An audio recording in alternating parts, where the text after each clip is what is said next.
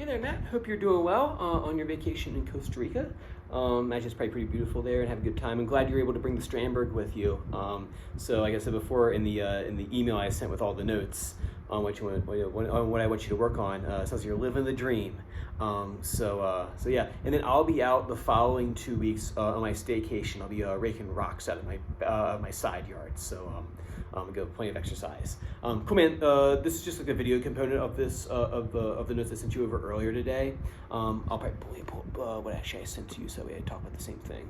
Let's see, here we go. There you go. Cool. So basically, great. I'm super happy that it's all kind of coming together and we're moving in the right direction, and things are starting to make better connections and better sense. Now that we're kind of like connecting all the dots. So in terms of targeting this week, it sounds like the targeting is doing really well for you. I'm not sure if you've done it already or not, but if you haven't done so, add in another string target. What I mean by that is, if it's unclear, is that say in here on the E form G chord, and you have your 4-3-2, which we started with, right? So when you're doing your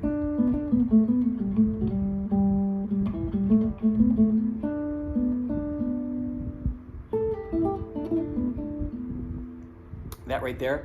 If you haven't already done so, start adding in the first string into your targets.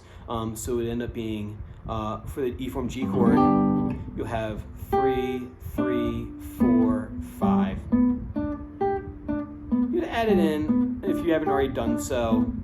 Just kind of do that, and then for the and so do that for a while, and then what I would do is see if you can incorporate that.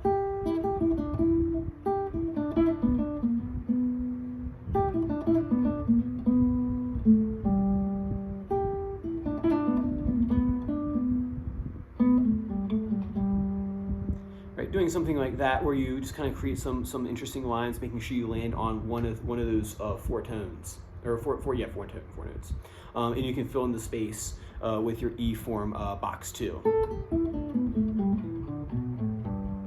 Now remember, in this style, I'm thinking that usually I say strings 6 and 5 are for your riffing, and then strings 4 through 1 are for your soloing. When you're doing that, just keep that in mind. I wouldn't venture down like the bass strings, just for right now, like later on you can, but just until we kind of get across that bridge. So good. So now we have all four strings with your target tones in there, filling in the space. And then once you do a G and kind of just get, spend a few days just doing it in G, that E form box 2. Just make that so that way it's like instinctual. That way you don't have to think hardly at all where those target tones are. You kind of want to just like instinctively land on them. And then once you can do that, then go ahead and incorporate C in there. For C, it's actually funny enough, it's the same notes, the 5th, to share a common tone on that third fret, because you have your A form C chord. I think from the email, I think you also said you ventured into 5th position. We can talk about that in a little bit, but so for back to C form.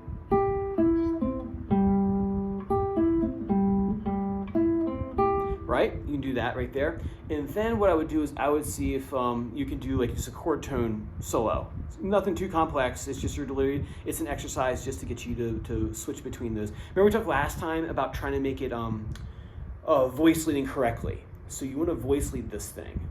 You don't want to just kind of go like, okay.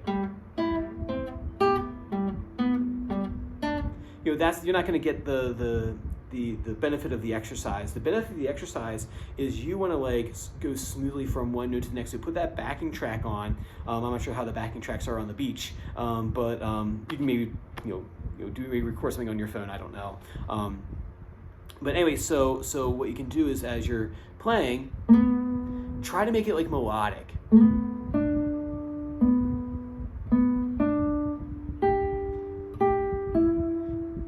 That chord change. That B is really the trick. And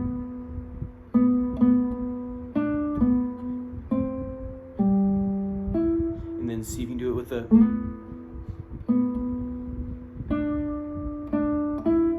See there, I switched from the C, so I started the G.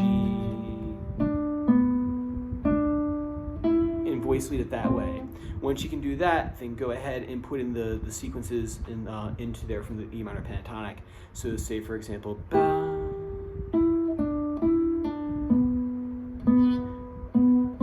so we chord switch, back to E minor. What was that?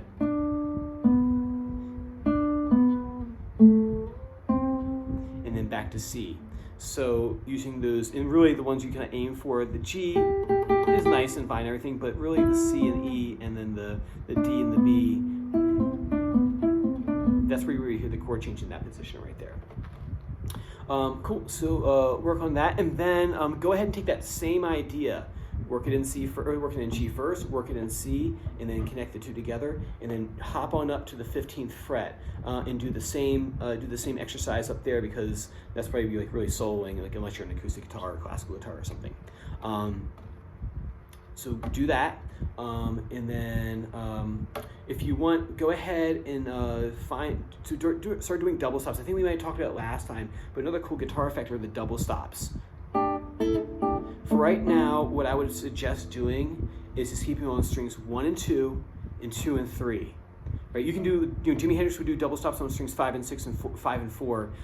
Let's just do on 4 and 3 for right now, adjacent strings. So for E minor pentatonic, box 2, like we talked last time, the Wish You Were Here solo uses that in there. So find those spots. So E minor pentatonic,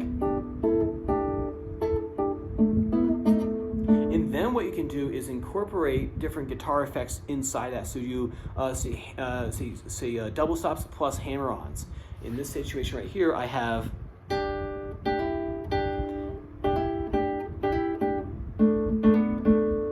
so by my solo.